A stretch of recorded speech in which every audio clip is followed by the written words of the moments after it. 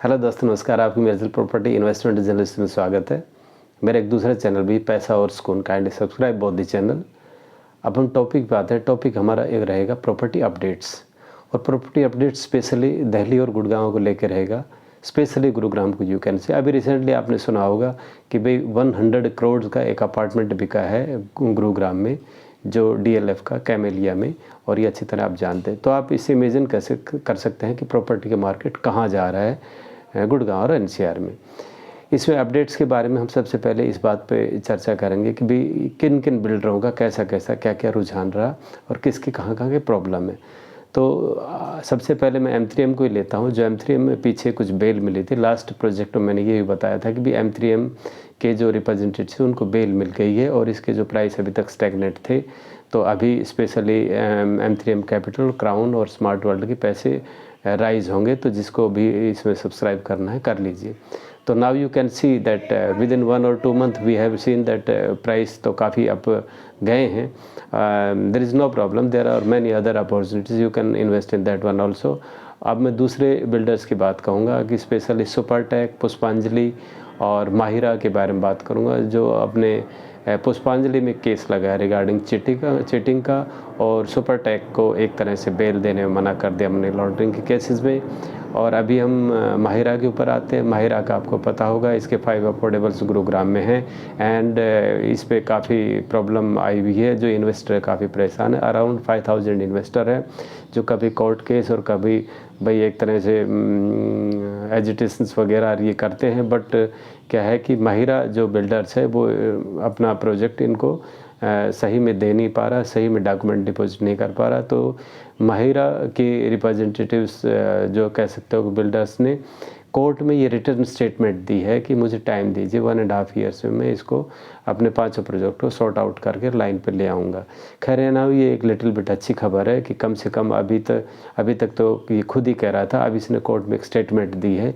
और जो हम आशा करते हैं कि 5 जो अफोर्डेबल प्रोजेक्ट्स हैं उनके बारे में टाइम पे डिलीवरी होने के टाइम पे डिलीवर कर पाएगा और इन्वेस्टर को एक राहत मिलेगी।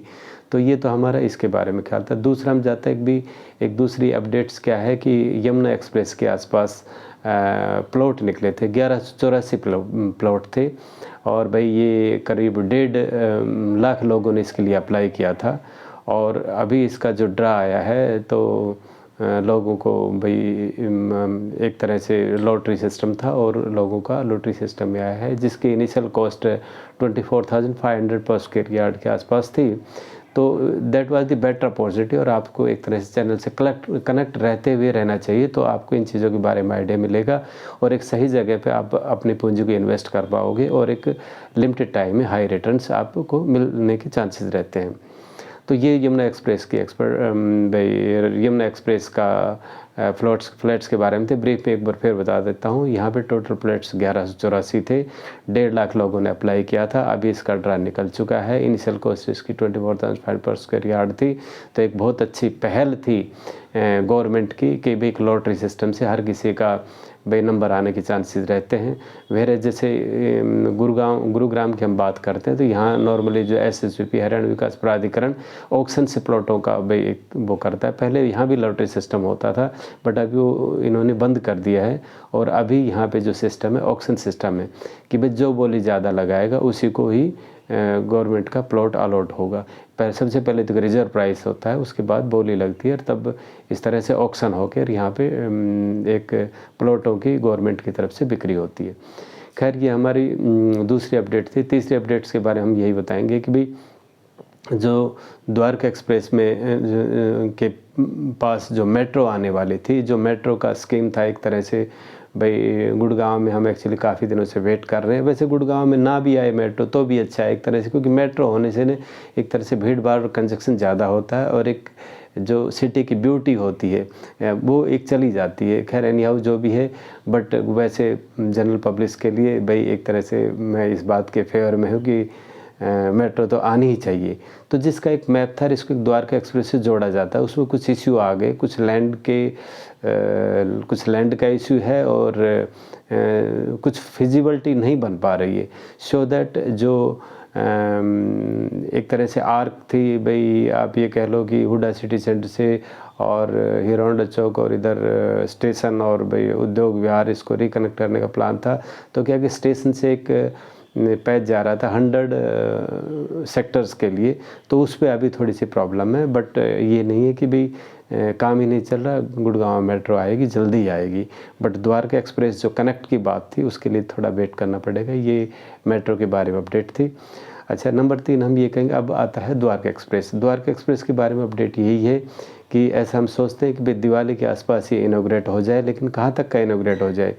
ये एक तरह से 18-19 किलोमीटर का जो पैच गुड़गांव का, यही एक तरह से भाई ऑपरेशन में आने की और इनोग्रेशंस का सुनने में आ रहा है कि भाई जो हरियाणा में जो द्वारका एक्सप्रेस है उसको चालू कर दिया जाएगा। वेरेज दिल्ली का जो द्वारका एक्सप्रेस है वो अभी अंडर कंस्ट्रक्शन है, वो भी बन रहा है। तो let us hope for the best कि भाई जल्दी ही द्वारका एक्सप्रेस पब्लिक के लिए ओपन हो जाए। और we will hope that within the next year के शुरुआत में या half of the next year that Delhi का भी ऑपरेशन होके पूरा ये द्वारका एक्सप्रेस ऑपरेशन हो। इसे को और अपडेट है द्वारका एक्सप्रेस के बारे में कि भाई 30,000 के अराउंड ट्रीज़ प्लांट वगैरह लगाए जाएंगे द्वारका एक्सप्रेस के दोनों तरफ। होप फॉर द बेस्ट कि प्लांट लग जाए, कितने प्लांट लगेंगे, कितने बचेंगे। बट एक अच्छी पहल है, एक ग्रीनरी की अच्छी पहल है, और इस तरह के भाई प्लांट अगर लगते हैं तो इट इज़ वेरी गुड। तो बहुत ही अच्छी गवर्नमेंट की पहल है, और NHAI को बहुत बहुत एक तरह से हम धन्यवाद कहेंगे कि भाई इस तरह से इस प्रोजेक्ट को और भाई लाइन पे लेके आई, और एक मतलब एक अच्छा इंफ्रास्ट्रक्चर तैयार हुआ है। और भाई तीसरी अपडेट्स मैंने शायद ये बताया होगा आपको कि भी कुछ हमारे जो बिल्डर्स हैं उसमें आप इन्वेस्ट करने से बचिए। जैसे कि शायद मैं पहले बता चुका हूँ कि भाई पुष्पांजलि में चीटिंग का केस आया है, और जो बिल्डर्स सुपरटेक है उसका मनी लॉन्ड्रिंग का एक तरह से हुआ है। M3M का आप सुन ही चुके थे। तो be cautious regarding the investment.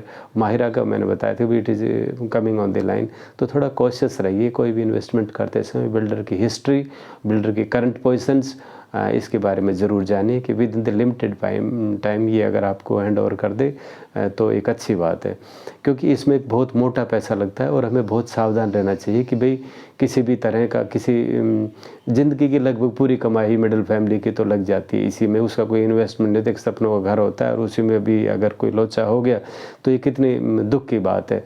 तो आप जब भी घर के लिए, अपने घर के लिए या एक मोटी इन्वेस्टमेंट करते हैं तो अच्छी तरह खंगाल लीजिए कि बिल्डर की हिस्ट्री कैसी है, और भाई रेपुटेटेड है कि नहीं, लिस्टेड है कि नहीं। और मैं तो ये कहूँ कि स्पेशली जो लोअर मिडिल क्लास है और जो मिडिल क्लास है वो अगर रेडी टू मूव ले तो ज़्यादा अच्छा है। हालांकि उसमें मार्जिन कम रहता है, लेकिन क्या है कि उसके सुकून रहता है। जिसको अगर प्रोजेक्ट को OC मिली हुई है उसका कॉस्ट तो ज़्यादा होगा बट उसको मिल जाएगा। तो इस बारे में यही कहूँगा कि भी बहुत ध्यान से आप चलिए और एक अपने सपनों का घर ध्यान से खरीदिए। तो ये कुछ अपडेट्स थी। जल्द ही वीडियो में नेक्स्ट कुछ अपडेट्स होगी वो जल्दी ही लेके आऊँगा। Thank you much. आपने वीडियो को अच्छा लगता है तो please like and subscribe my channel. Thank you much.